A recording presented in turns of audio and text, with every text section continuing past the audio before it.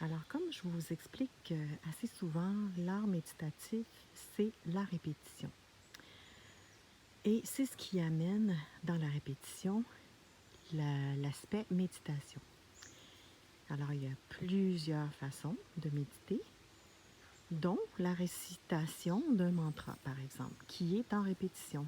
Alors, par exemple, le mantra très connu Mani Padme Hum permettra de tranquilliser l'esprit en répétant donc Mani Padme Mani Padme Mani Padme Mani Padme.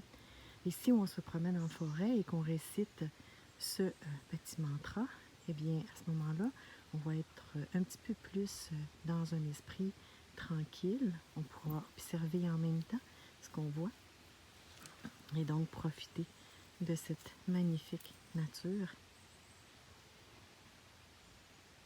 Donc, c'est une façon d'entrer dans une forme de méditation, tout comme l'art méditatif.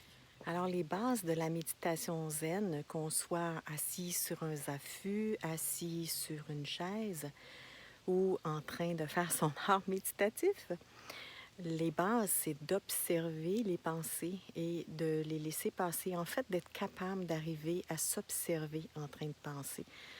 Et l'observation de soi, ça apporte énormément d'indicateurs sur qu'est-ce qu'on veut travailler, est-ce qu'on veut évoluer, est-ce qu'on veut guérir certaines choses.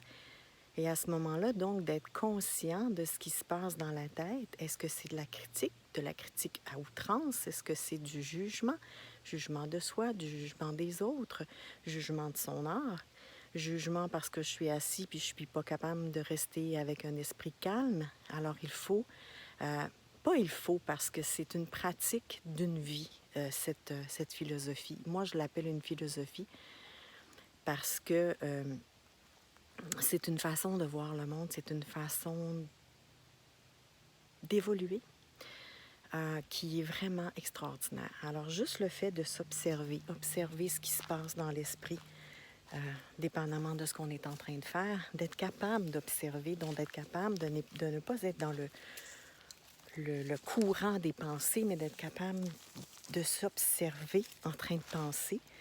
Et puis, à ce moment-là, d'être capable de dire, oups, non, je laisse aller, puis je fais place au calme, place au silence, place à l'observation. Et c'est exactement là où on trouve la paix, ou si vous voulez, le bonheur. J'aime pas utiliser le terme le bonheur parce que dans tout ce qu'on vit, on apprend, que ce soit dans le positif ou le négatif. Alors ça, c'est ce que j'ai compris en faisant ma propre guérison par la méditation zen, par l'observation. Et je ne le fais pas toujours assise sur mon zafu ou encore couchée au moment d'aller entrer dans le sommeil.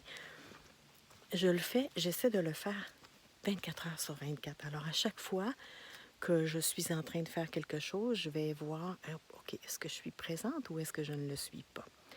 Alors, les bases de la méditation zen, c'est tout simple. C'est l'observation. L'observation de soi pour ensuite aussi être capable d'observer qu'est-ce qui nous entoure et qu'est-ce qui se passe tout autour.